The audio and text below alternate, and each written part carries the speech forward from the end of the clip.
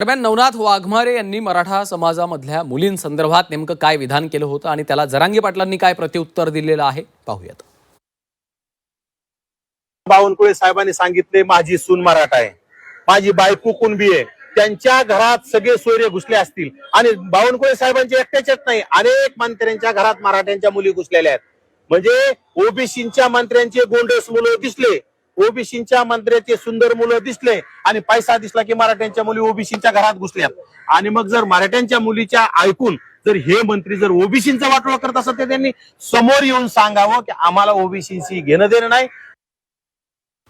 हिंदू असल, मुस्लिम असल, बौद्ध असल, कुठल्याच जातीतल्या लेकी बाळीला कधी बोललो नाही, कधीच बोललो नाही.